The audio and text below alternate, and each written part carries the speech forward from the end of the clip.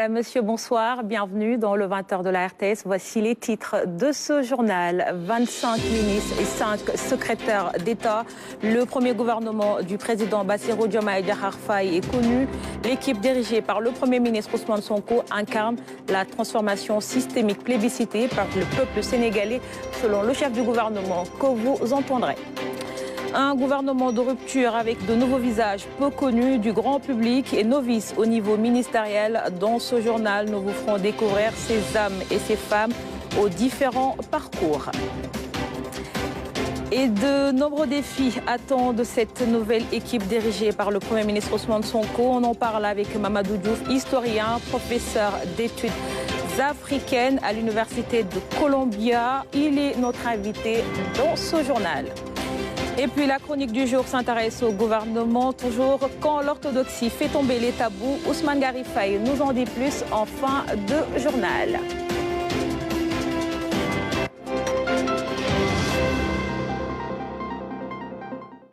Le Sénégal a donc un nouveau gouvernement. La liste a été publiée hier par Omar Sambaba, secrétaire général de la présidence de la République, que je vous propose d'écouter.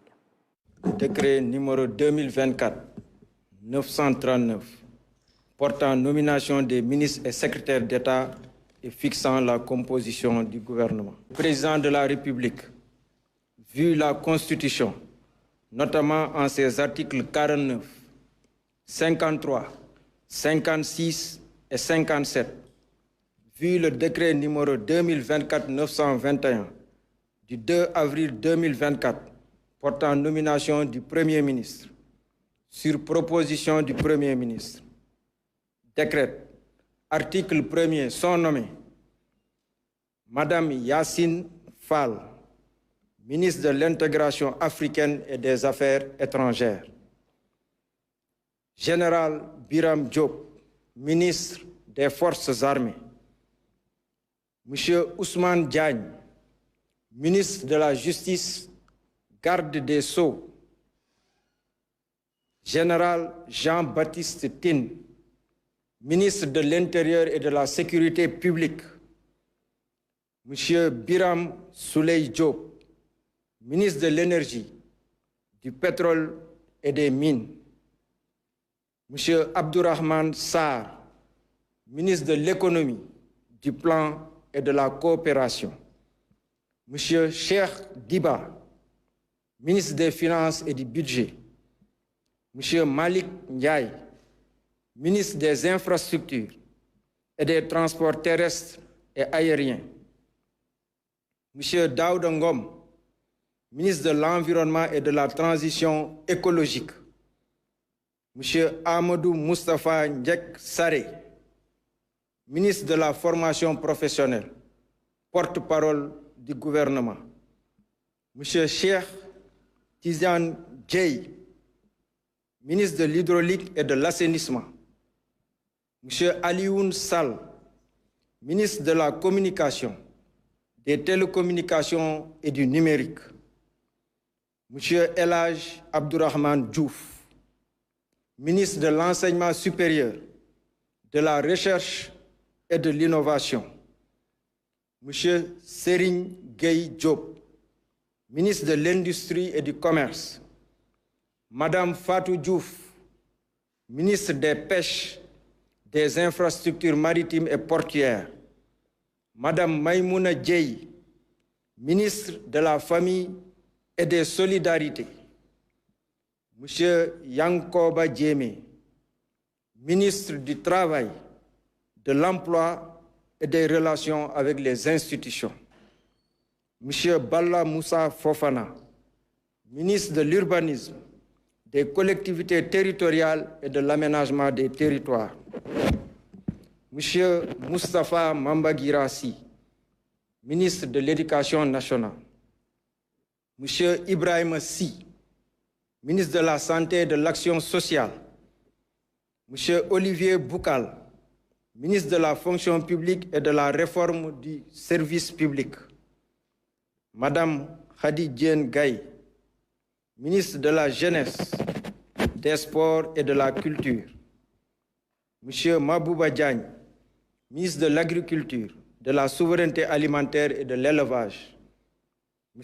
Alioune John, ministre de la microfinance et de l'économie sociale et solidaire.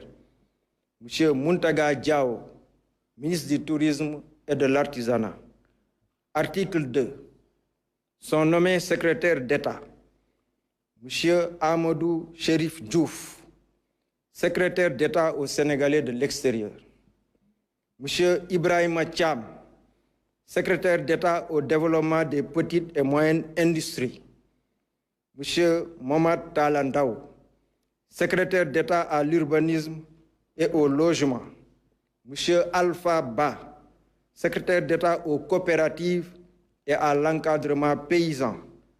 M. Bakary Sarr, secrétaire d'État à la culture, aux industries créatives et au patrimoine historique. Article 2. Le présent décret sera publié au journal officiel de la République du Sénégal. Fait à Dakar le 5 avril 2024 par le président de la République, Bassirou Diomaye Diakhar Faye, le Premier ministre Ousmane Sonko. Décret numéro 2024-941 portant nomination du ministre secrétaire général du gouvernement. Le président de la République, vu la Constitution, vu le décret numéro 2024-921 du 2 avril 2024 portant nomination du Premier ministre, décrète, article 1er, M. Ahmadou Al-Amimou Mohamed Lo est nommé ministre, secrétaire général du gouvernement. Article 2. Le présent décret sera publié au journal officiel de la République du Sénégal, fait à Dakar le 5 avril 2024 par le président de la République, Bassirou Diomaye Diakhar Faye, le Premier ministre Ousmane Sonko. Le Premier ministre Ousmane Sonko a décliné les priorités. Une équipe de 25 ministres et 5 secrétaires d'État, un gouvernement de rassemblement et de proximité exclusivement au service des populations. Au-delà des grands axes et des défis à relever, le Premier ministre invite à une passation de service diligente pour démarrer au plus vite le travail. Aboubakry Kane. Après que le président de la République a indiqué les grands marqueurs de son quinquennat lors de son adresse à la nation, le Premier ministre réaffirme les enjeux et défis de l'heure. Ousmane Sonko, chargé de la mise en œuvre de cette politique et de la coordination de l'action gouvernementale, trace la voie à suivre pour ce nouvel attelage. Une équipe conforme au projet du président Diomaye Faye pour le Sénégal, un gouvernement de rupture et d'appropriation des aspirations légitimes des populations. C'est un gouvernement qui incarne le projet, une transformation systémique plébiscitée par le peuple sénégalais le 24 mars 2024 à travers l'élection au premier tour avec 54,28% des suffrages de son Excellence M. Bassirou Diomaye Diakhar Faye, président de la République. Ce gouvernement donc compte 25 ministres et 5 secrétaires d'État. C'est un gouvernement de rassemblement cohérent et rationalisé en termes de ministères. C'est un gouvernement de proximité, un gouvernement d'innovation et d'efficacité, exclusivement au service du bien-être primordial des Sénégalaises et des Sénégalais. Sur la base des orientations du président Bassirou Diomaye Faye qui définit la politique de la nation, cette équipe se veut un gouvernement de résultats.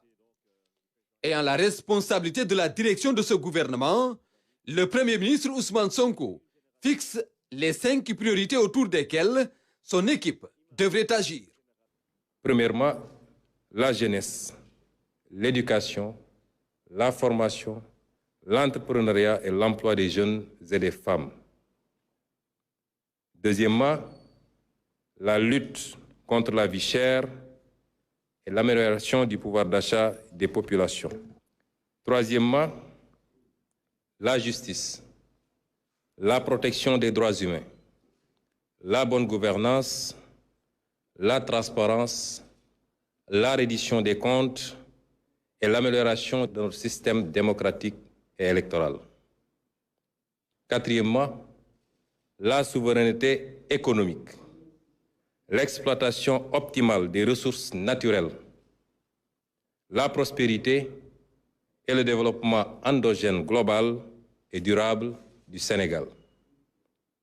Et cinquièmement, la consolidation de l'unité nationale, de la cohésion sociale et territoriale, ainsi que le renforcement de la sécurité, de la paix et de la stabilité du pays. Autre préoccupation majeure du président de la République, la question du cumul des mandats électifs et une passation de service diligente. Dès lundi, instruction a été donnée à l'inspection générale d'État pour que, dans les délais les plus brefs, tous les ministres puissent prendre fonction et se mettre au travail. La deuxième préoccupation, c'est qu'il a été donné instruction à tous ceux qui ont été retenus dans cette équipe gouvernementale et qui par ailleurs exercent un autre mandat électif. Le président de la République leur a donné le délai d'1 mois pour se démettre de toute autre responsabilité élective, qu'elle soit au niveau des collectivités locales ou de l'Assemblée nationale, pour pouvoir se consacrer exclusivement à cette responsabilité gouvernementale qui sera très lourde parce que nous sommes conscients des attentes et des enjeux. Un gouvernement de 30 hommes et femmes, des missionnaires, qui ont la lourde responsabilité d'impulser et de mettre en œuvre le projet qui a valu au président de la République son élection dès le premier tour. Forces armées et sécurité publique, 2 généraux aux commandes, Biram Diop et Jean-Baptiste Tine, des personnalités qui ont beaucoup apporté à l'armée et à la gendarmerie grâce à leur contribution dans la réforme de ces départements des hommes de tenue aux qualités managériales que nous décrit Salou Sek. 2 hommes du Sérail au département stratégique de la sécurité publique et de la défense du territoire. Le nouveau ministre des Forces armées est un général de corps aérien et ancien chef d'état-major des armées sénégalaises.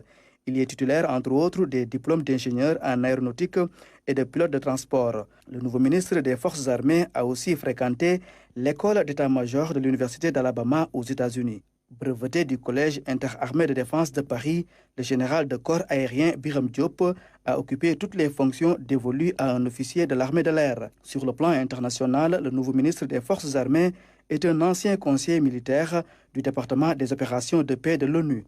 Il a occupé le poste de chef des opérations aériennes de la mission des Nations Unies pour la stabilisation en République démocratique du Congo. D'une expérience militaire de plus de 30 ans, le général Diop est un véritable soldat qui a marqué son empreinte durant son commandement.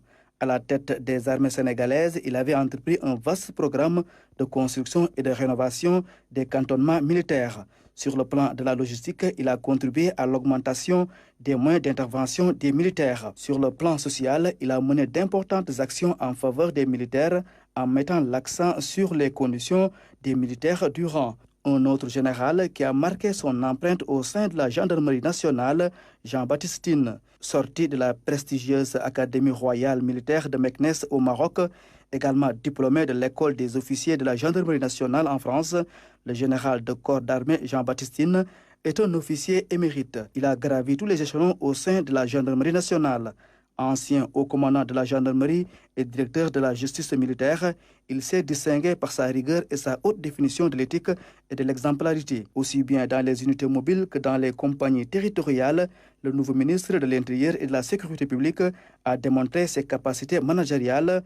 Très proche de ces hommes durant son commandement, le breveté de l'école de guerre est un chef aimé et respecté grâce à ses qualités humaines. Ambassadeur extraordinaire et plénipotentiaire du Sénégal auprès de son Excellence Vladimir Poutine, président de la Fédération de Russie, jusqu'à sa nomination hier, le général d'armée Jean-Baptiste Tine assure désormais la sécurité publique, un secteur qu'il maîtrise bien.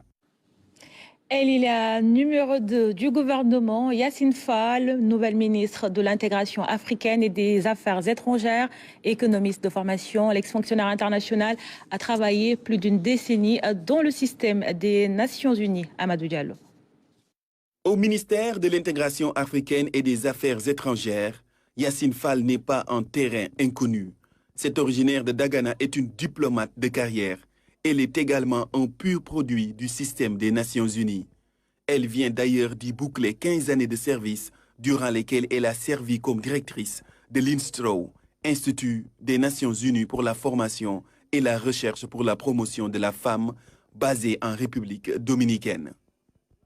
Parmi les cordes à son arc figure celle de conseillère économique. Yassine Fall est directrice de la division économique d'ONU Femmes à New York. La nouvelle ministre de l'intégration africaine et des affaires étrangères a fait ses études au Sénégal. Elle est économiste de formation. C'est à l'université de Texas aux États-Unis que Yassine Fall complète son parcours universitaire, sanctionné par un master's degree en économie de Howard University et des séminaires de PhD ou doctorat. Yassine Fall a une expertise de plus de 30 ans en économie du développement et en gestion des politiques publiques. Au début des années 80, Yassine Fall a enseigné les mathématiques à Washington, D.C. Elle parle couramment le wolof, l'anglais, le français et l'espagnol. C'est une militante des droits des femmes.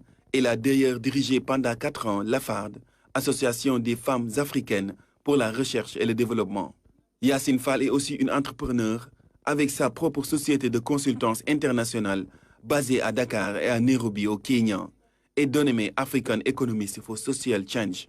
La nouvelle chef de la diplomatie sénégalaise est la première experte à concevoir les lignes directrices du programme alimentaire mondial sur la réduction des inégalités dans les opérations d'urgence et la distribution de l'aide humanitaire. Yassine Fall a contribué à la politique de l'Organisation internationale du travail dans la formulation de programmes sur l'élimination du travail des enfants. La nouvelle ministre de l'intégration africaine et des affaires étrangères est une femme engagée sur le terrain des relations internationales et du développement durable.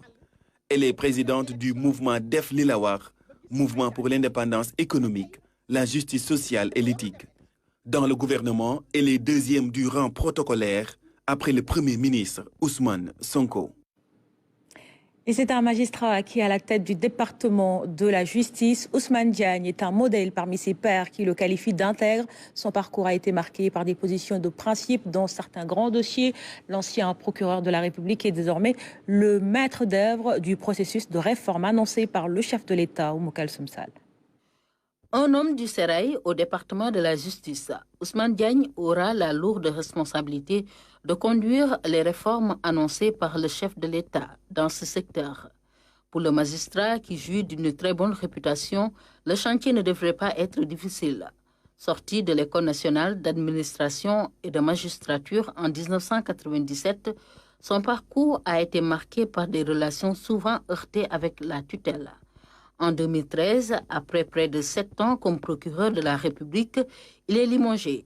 Au moment de quitter son poste, il plaide pour la réforme du parquet. Le magistrat de souligner qu'il a toujours été un procureur de la République et non un procureur du gouvernement. Une précision loin d'être anodine. Qualifié par certains de rebelle, par d'autres d'intègre, Ousmane Diagne siégera de 2013 à 2021 à la Cour suprême. Il est nommé procureur général près la Cour d'appel de Dakar lors de la réunion du Conseil supérieur de la magistrature du 22 novembre 2021. En 2023, après avoir instruit un dossier concernant 2 de ses collègues dans l'affaire Sud-Boti, il est démis de ses fonctions. Coïncidence ou non, la décision a suscité beaucoup de commentaires. Ce 5 avril, Ousmane Diagne est nommé garde des Sceaux ministre de la Justice. Dans son cahier de charges, redorer le blason de Dame Justice, comme le souhaite le chef de l'État.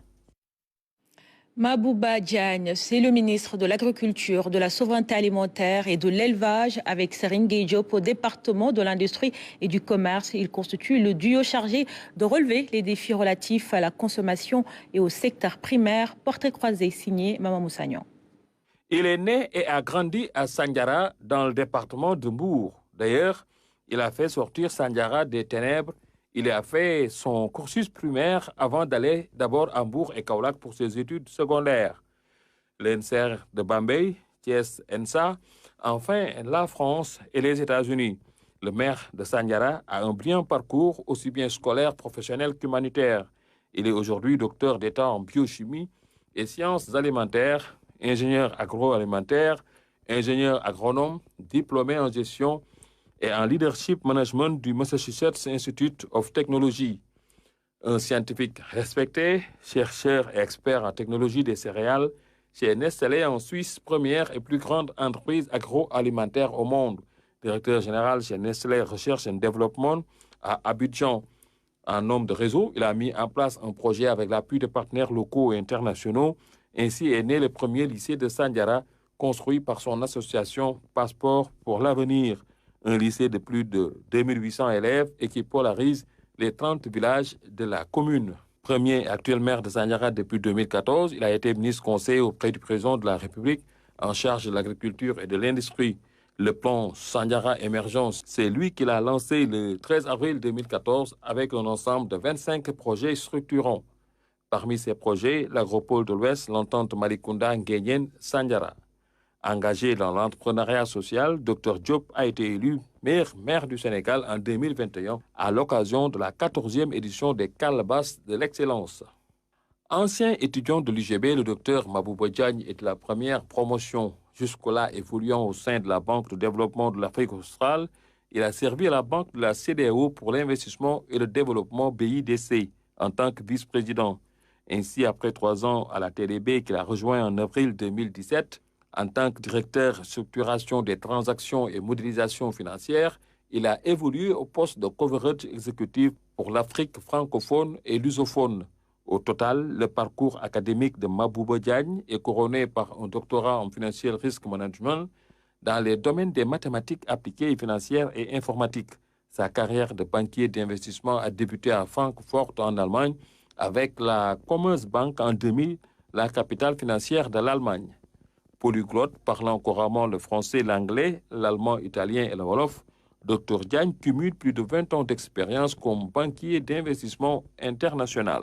En 2019, sous son leadership, ses équipes à la Trade Development Bank ont remporté le prix panafricain bancaire 2019 du meilleur projet d'infrastructure de l'année, 100 millions de dollars d'investissement dans le projet de gaz syndiqué de 3,6 milliards de dollars au Mozambique. Stratégique, le ministère des Énergies, du Pétrole et des Mines est dirigé par Birame Souleye Diop. Jusqu'ici, administrateur de PASTEF, il fait partie des membres fondateurs du parti au pouvoir. À côté de lui, une dame occupe le portefeuille de la pêche, des infrastructures maritimes et portuaires. Fatou Diouf, une juriste de formation au parcours apprécié, nous dit Youssouf Kaba. Docteur Fatou Diouf, chevalier de l'Ordre national du Lion et spécialiste des questions maritimes et de pêche, auteur de plusieurs activités liées aux affaires maritimes, notamment dans le domaine de la recherche et de l'enseignement à l'Université Cheikh Anta Diop de Dakar et dans d'autres instituts de formation à travers la capitale. À la suite d'une solide formation universitaire, Dr Fatou Diouf a acquis de longues expériences professionnelles dans les administrations de la marine marchande et de la pêche au Sénégal en qualité d'administrateur des affaires maritimes. Elle a également occupé des fonctions de conseiller technique dans le cabinet du ministre en charge de la pêche et dans celui du ministre en charge de l'Environnement. Autant de qualités justifiant sans doute son choix à la tête de ce nouveau département ministériel consacré à la pêche, des infrastructures maritimes et portuaires. Juriste spécialiste des activités maritimes, elle est à ce jour la première femme à occuper le département de la pêche. Autre ministère, celui de l'énergie, du pétrole et des mines, dirigé par Birame Souleye Diop, ancien président du groupe parlementaire Yewwi Askan Wi. Il est aussi l'administrateur du parti PASTEF. Il doit son parcours au respect des principes sacro-saints de la République. Inspecteur des impôts, Birame Souleye Diop fut également chef du bureau de contrôle Dakar 1 avant d'atterrir à cette station stratégique dans un contexte d'exploitation du pétrole et du gaz au Sénégal. Un département ministériel qui se voit rattacher également les mines. Le natif de Thiès est patriote convaincu. Birame Souleye Diop dispose aujourd'hui de solides épaules et de la confiance des plus hautes autorités pour mener à bien ces nouvelles charges. Deux autres nouveaux ministres de la République dans le premier gouvernement de l'actuel locataire au palais présidentiel. Le président Bassirou Diomaye Diakhar Faye, il s'agit de Daouda Ngom, ministre de l'Environnement et de la Transition écologique, et Cheikh Tidiane Dièye, ministre de l'Hydraulique et de l'Assainissement. Ce sont des universitaires rompus à la tâche, nous dit Lamine Touré. Daouda Ngom à la tête du ministère de l'Environnement et de la Transition écologique. Le profil correspond à l'emploi pour cet universitaire très ouvert sur les questions de développement décentralisé dans le Sahel, notamment ses travaux de recherche sur les écosystèmes sylvo-pastoraux et les réserves de biosphère fait de l'homme une qualité recherchée sur la scène internationale. À ce titre, le professeur Daouda Ngom est membre du groupe de travail technique de l'UNESCO sur le zonage des réserves de biosphère. À l'université Cheikh Anta Diop, il est professeur titulaire d'écologie appliquée. Il dirige également le laboratoire du département de biologie végétale avant sa nomination hier dans le premier gouvernement du président Bassirou Diomaye Faye. Ce natif de Fissel dans la région de Thiès est nommé dans un contexte où le Sénégal est touché par les effets du dérèglement climatique. Les solutions de l'adaptation face à cette problématique sont en cours d'exécution dans le pays à travers une politique de transition énergétique réfléchie et diversifiée. Ce cadre du PASTEF ne se perdra sans doute jamais dans cet îlot de contraintes et d'urgence climatique. Dans un tout autre domaine, l'hydraulique et l'assainissement, Cheikh Tidiane Dièye est porté à la tête de ce département ministériel. Il est un homme politique engagé, président du mouvement Sénégal Bignipegu, autrement dit le Sénégal que nous aimons tant. Cheikh Tidiane Dièye a fait ses humanités entre Ziguinchor, Saint-Louis, à l'université Gaston Berger et Genève en Suisse, où il a décroché un doctorat études de développement. Après un début de carrière à l'international, le docteur Cheikh Tidiane Dièye finit par tout laisser pour rejoindre son pays et intégrer par la suite l'ONG Enda Tiers-Monde, avant de mettre sur pied en 2012 le Centre africain pour le commerce, l'intégration et le développement dont il est le directeur exécutif. Ces dernières années, il était très proche du leader du PASTEF, Ousmane Sonko, dans son projet politique de conquête du pouvoir. Le nouveau ministre de l'Hydraulique et de l'Assainissement n'est pas dans un terrain inconnu puisqu'il a dirigé plusieurs travaux de recherche sur les questions de gouvernance et de redevabilité, une expertise recherchée dans la conduite des affaires publiques. Sur les 25 ministres, 4 seulement sont des femmes. Elles occupent respectivement les départements de l'intégration africaine et des affaires étrangères, des pêches, des infrastructures maritimes et portuaires, de la famille et des solidarités, et enfin celui de la jeunesse, des sports et de la culture. Une représentation faible qui suscite le débat, Moussa Mané. Le débat sur la sous-représentation des femmes dans le gouvernement a surgi dès la fin de la lecture de la liste. Sur les plateaux de télévision, les réseaux sociaux, les radios, le quota des femmes a été au cœur des analyses. Certains journalistes ou même des experts, entre autres, évoquent la question du genre et de la représentativité des femmes dans le gouvernement. Pourtant, le ton a été déjà donné par le Premier ministre Ousmane Sonko avant la lecture de la liste. Il a rappelé que c'est un gouvernement qui incarne le programme, une transformation systémique plébiscitée par les Sénégalais le 24 mars 2024. Donc, l'idée n'est pas aujourd'hui de mettre des femmes pour être en phase avec des concepts tels que la parité ou le féminisme. Au moment où on parle de cohésion nationale, cette question ne doit pas trop occuper l'espace public, car les urgences sont là. Pour certains analystes politiques, le gouvernement a été mis en place pour répondre aux attentes des Sénégalais et pour se focaliser sur des priorités bien déclinées dans le programme du président élu, Bassirou Diomaye Faye. Lesquelles priorités ont été clairement identifiées. Elles ont pour nom la jeunesse, l'emploi des jeunes et des femmes, la lutte contre la cherté de la vie, la justice, la protection des droits humains, la reddition des comptes, la souveraineté économique et le développement, la consolidation de l'unité nationale et le renforcement de la sécurité. Pour rappel à l'attention de la mémoire collective, l'efficacité et la performance d'un gouvernement ne peuvent pas être liées à un quota spécifique de femmes qui y siègent. C'est donc une question de profil sur des postes pour une gouvernance inclusive et équitable, où tous les Sénégalais doivent pouvoir s'identifier. On est donc loin de l'idée sous-entendue de partage du gâteau. De secrétaire national à la communication du PASTEF, El Malick Ndiaye est désormais aux commandes du ministère des Infrastructures, des Transports terrestres et aériens, un département important dans la mise en œuvre du programme présidentiel pour répondre efficacement aux défis du secteur. Philomène Constance Diagne. Porte-parole du parti PASTEF, El Malick Ndiaye est l'une des figures emblématiques du mouvement. On verve très souvent sur les plateaux de télévision. M. Ndiaye était sur tous les fronts pour défendre les idéaux du PASTEF, ce qui lui a valu d'être arrêté le 16 juillet 2023 par la section de recherche de la gendarmerie. À l'époque, il était sous contrôle judiciaire et surveillé par moyen d'un bracelet électronique. Aujourd'hui, aux commandes des infrastructures des transports terrestres et aériens, ce fervent militant du PASTEF a la lourde responsabilité de secteurs cruciaux liés aux problématiques de mobilité urbaine et de transport, ainsi que la gestion de domaines stratégiques pour le développement et la modernisation des infrastructures du pays. À noter qu'El Malick possède une expérience professionnelle dans le secteur aéroportuaire, en plus d'être un certifié du commerce international et de la logistique. Alors qu'on l'attendait plus dans la communication, M. Ndiaye se retrouve désormais face à un défi de taille en tant que ministre des Transports. Et la nouvelle ministre de la Jeunesse, des Sports et de la Culture s'appelle Khadija Ndiaye.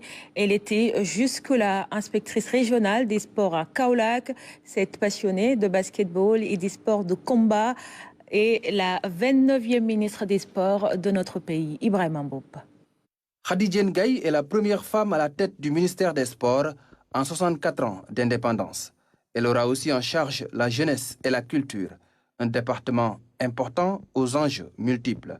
Khadija Ndiaye est née à Joal. Elle a fait ses études supérieures à l'université Gaston Berger de Saint-Louis, où elle a obtenu un DEA, diplôme d'études approfondies en droit. Elle a ensuite réussi le concours d'inspectrice de la jeunesse et des sports et intègre l'INSEPS pour 2 ans. Elle fait partie de la promotion 2007. Son mémoire de fin d'études est intitulé « Contrat de travail du sportif professionnel ». La carrière professionnelle de Khadija Ndiaye commence au ministère des Sports. Elle a travaillé à la direction de la formation et du développement sportif, l'actuelle direction de la formation et de la coopération. Khadija Ndiaye a été également chef du service régional des sports de Dakar. Elle a été affectée à Kaolack comme inspectrice des sports en 2022 du fait de son militantisme politique à PASTEF. Elle fait partie des cadres et a coordonné le pôle sport du parti. Khadija Ndiaye est l'une des rédactrices du programme sportif de la coalition Diomaye Président, la 29e ministre des Sports de l'histoire du Sénégal. La quarantaine dépassée est décrite comme une femme de conviction, passionnée de basket, de sport de combat et de randonnée pédestre. Un invité dans ce journal, je vous le disais en titre, en ligne des États-Unis avec nous, Mamadou Diouf, historien, professeur d'études africaines à l'Université de Columbia. Professeur, merci d'être avec nous ce soir.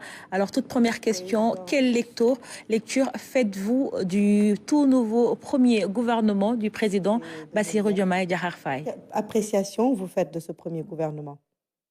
Bonjour madame, et ravi de répondre à vos questions. Je pense que ma première réaction, c'est que avec la tenue des élections dans le calme, malgré les angoisses qu'on avait eues durant toute la période électorale, je pense que à première vue, ce gouvernement est un gouvernement qui répond, disons, au contexte dans lequel nous vivons et qui aussi reflète, si vous voulez, les luttes qui sont les luttes qui ont été engagées par différents acteurs. Donc, ma première réaction, c'est de dire que ça a l'air d'être un gouvernement de jeunes, ce qui est tout à fait normal parce que cette bataille a été une bataille menée par les jeunes. Mais c'est aussi une bataille qui avait comme objectif de renouveler la classe politique sénégalaise. Et je pense que là aussi, on assiste à cela. La plupart de ces ministres semblent être hors des cercles politiques, si vous voulez, disons, de nouveaux acteurs du jeu politique. Donc, cette jeunesse, elle est très importante. Le problème que je vois à première vue, et j'espère que ça va être corrigé, c'est que sur un gouvernement de 30 personnes, il n'y a que 4 femmes. Je pense que c'est très, très peu et que c'est une question qu'il serait nécessaire d'envisager. Et troisième élément qui me semble important, on a assisté à un resserrement, si vous voulez, des territoires ministériels, ce qui explique qu'il y ait un nombre qui est un nombre toujours aussi important, mais qui n'est pas aussi important de ministres. Ma réaction en tant qu'historien aussi, qui m'a à la fois amusé, et c'est de voir que il y a des références qui semblent être des références à la période de Mamadou Dia, et on a un secrétariat d'État aux coopératives et à l'encadrement paysan, qui est un titre qui ne semble plus répondre, disons, dans l'espace dans lequel nous vivons, mais qui a aussi un l'air assez obsolète et ancien. Alors, selon vous, professeur, qu'est-ce qu'il faudra pour ce nouveau gouvernement pour se mettre très rapidement aux affaires, au travail, afin de répondre aux attentes des Sénégalais? En fait, les attentes sont des attentes énormes et nombreuses.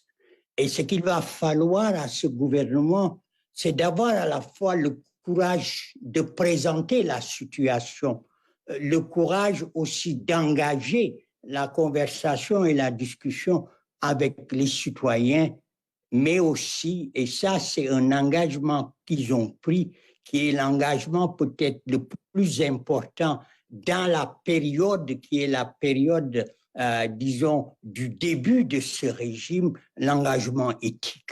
Cet engagement éthique qui peut permettre de refonder la société sénégalaise. Et si cette refondation est menée par les jeunes, cela veut dire qu'il va falloir être capable d'innover et de rompre.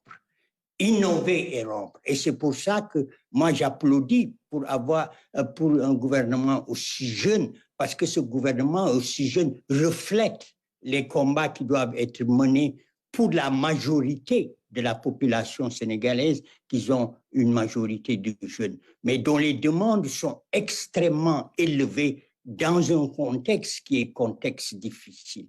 Donc, la moralité, l'éthique, la compétence, la participation et la collaboration avec les populations vont devenir des éléments essentiels. C'est-à-dire qu'il va falloir effectivement, ce que je dis depuis très longtemps, rompre avec l'ancien modèle que eux appellent le système. Et rompre avec le système, c'est d'abord avoir les connaissances, connaître la situation, être capable d'innover, mais aussi être capable de rendre la justice et de faire en sorte que la gouvernance soit une gouvernance non seulement décente, mais aussi une gouvernance juste. Alors, ce gouvernement, professeur, on l'a vu, compte 25 ministres et 5 secrétaires d'État. C'est une équipe avec différents profils. Quelle appréciation faites-vous de toutes ces personnalités? Je ne connais pas, ce que je trouve positif, je ne connais pas 99% des ministres, je ne connais pas. Je veux dire, j'ai vu leur face en regardant, en lisant les journaux. Et pour moi, le fait de ne pas les connaître, c'est quelque chose de positif. Parce qu'au moins, ma génération et la génération précédente semblent aller à la retraite tranquillement.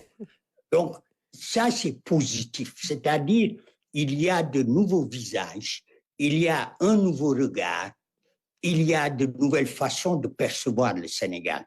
Et ces nouvelles situations, me semble-t-il, sont des situations qui correspondent à la réalité d'une génération qui, aujourd'hui, doit prendre en charge le Sénégal. Donc, les profils semblent être des profils, de bons profils. Il y a à la fois des politiques, j'ai l'impression, il y a, disons, des technocrates, il y a des gens de la société, des personnes de la société civile. Il y a aussi, par exemple, pour l'intérieur et la sécurité, pour l'armée, il y a des militaires et des gendarmes, ce qui veut dire que donc il va y avoir probablement sur ces questions-là, comme sur la question de la justice, qui ont posé de véritables problèmes, disons, au cours de la période de l'Ancien Régime, avec la répression, avec les emprisonnements, etc., etc.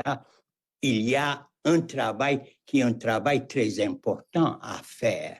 Et j'ai l'impression que les personnes qui ont été désignées seront au moins capables de mettre en place des équipes. Moi, je crois beaucoup plus aux équipes avec un bon leader que je crois à une personne qui va transformer le monde. Parce qu'une personne ne peut pas transformer le monde.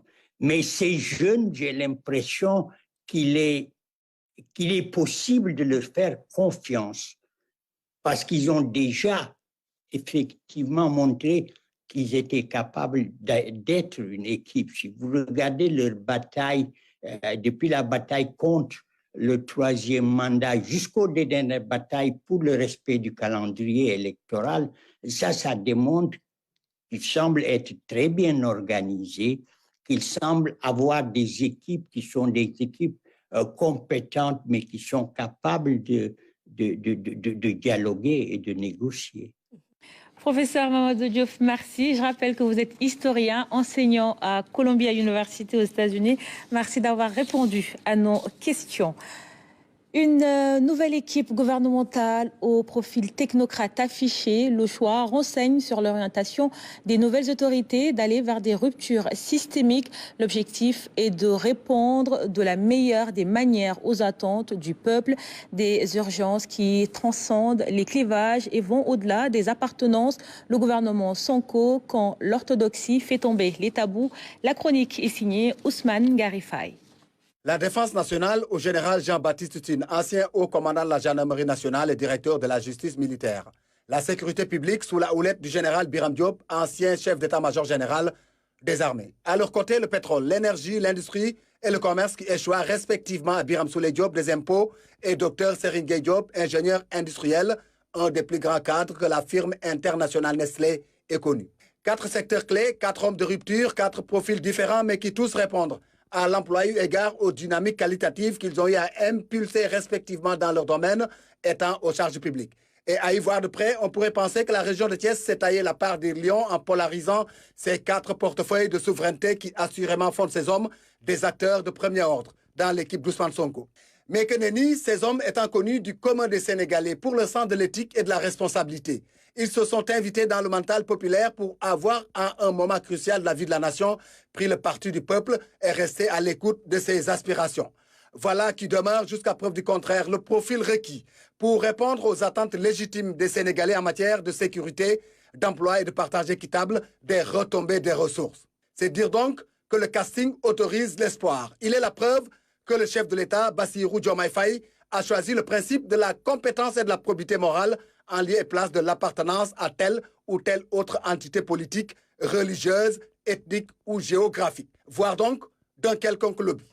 Voilà les signes extérieurs de rupture, le nouveau prisme sous lequel il va falloir désormais lire le Sénégal sous l'égide du président Bassirou Diomaye Faye, en attendant d'en juger par les actes, autrement dit, sur les actions terrain. Fini donc les jeux de chaises musicales dictés par l'équilibrisme ethnique, culturel, religieux ou géographique. Toute participation à l'exaltante aventure nationale doit désormais procéder du seul critère qui vaille, celui de la compétence, adossée à la probité morale. Voilà donc les mythes qui tombent et qui tous ouvrent sans doute le grand boulevard vers le développement endogène du pays, porté par des dynamiques de rupture à tous les niveaux de l'échelle sociale, politique et économique. Et ne pas perdre du temps sur des soi-disant quotas de femmes ou d'hommes, choisir les Sénégalais, de quelque bord professionnel ou culturel qu'ils puissent provenir, doit rester le viatique pourvu seulement que celui-ci puisse répondre aux attentes du peuple. Ce nouveau gouvernement compte beaucoup de ministres formés au Sénégal. Ce n'est pas une surprise, mais la nouveauté est la percée de l'UGB de Saint-Louis, 7 sortants, en plus du directeur de cabinet du président. Une belle réussite pour l'université Gaston Berger qui s'en est félicité. El Hachar Dramé. Le Sénégal se construit avec les Sénégalais, des Sénégalais formés au pays dans les écoles et universités sénégalaises. Si l'université Cheikh Anta Diop a souvent tenu le haut du pavé, avec de nombreux hauts responsables de l'administration et des gouvernements qui en sont des alumni, ce nouveau gouvernement consacre une grosse percée de l'université Gaston Berger de Saint-Louis. Ils sont 7 dans le nouvel attelage gouvernemental, le Premier ministre Ousmane Sonko, le ministre de l'Agriculture Mabouba Diagne, par ailleurs PCA de l'UGB, le docteur Cheikh Tidiane Dièye, ministre de l'Hydraulique, l'honorable député Birame Souleye Diop, ministre de l'Énergie, Mme Khady Diène Gaye, ministre des Sports, le docteur Alpha Ba, secrétaire d'État, et bien sûr le professeur Mary Teuw Niane, ministre directeur de cabinet du président de la République. La preuve que l'UGB est une valeur sûre de l'enseignement supérieur au Sénégal. Elle s'en félicite d'ailleurs à travers ce communiqué publié ce samedi. L'UGB, université d'élite, attendra cependant avant de voir un ancien occuper la plus haute fonction du pays. Pour l'instant, c'est l'UCAD qui occupe le fauteuil. Rupture, rupture, ce mot est revenu comme un leitmotiv dans les quotidiens parus ce jour. Ousmane Garifaye en a parcouru quelques-unes. Regardez. C'est un vent de changement tous azimuts qui semble souffler sur le Sénégal depuis l'avènement à la tête du pays du tandem Faye-Sonko à l'issue d'une longue marche que Libération qualifie de retour en force des bannis du système. Une ère de renouveau qui n'épargne pas la presse au point d'occulter l'autre actualité marquante de ces dernières 48 heures, le rappel à Dieu de l'ancien Premier ministre et nommé candidat à la récente présidentielle, Mohamed Boun Abdallah Dionne, affiché en médaillon sur toutes les unes des quotidiens dominés, actualité oblige, par la formation de la nouvelle équipe gouvernementale. Une équipe qui, de par sa configuration, symbolise les ruptures attendues. Une marche que l'info qualifie de l'acte 1 d'Ousmane Sonko, un acte élevé au rang de credo. Dans le Soleil, le quotidien national qui fait mention des 5 priorités pour la nouvelle équipe gouvernementale. Jeunesse, éducation, formation, emploi, lutte contre la vie chère, souveraineté économique, unité nationale et sécurité. Pour Besbi le jour, le cadrage sécuritaire étant opéré avec les généraux Diop et Tine. La justice, mise entre les mains d'un homme du sérail, il ne reste plus qu'à aller au front. Le populaire, pour sa part, ne fait pas mystère du poids qui pèse sur ces nouveaux hommes et femmes dont les profils laissent peu de place au doute. 25 ministres et 3 secrétaires d'État chargés de conduire le projet. Un gouvernement de combat qui, dorénavant, constitue l'arrière et l'avant-garde du projet, écrit en filigrane l'Indépendant. Le journal rappelle qu'avec cette configuration, le Premier ministre Ousmane Sonko tient désormais ses hommes.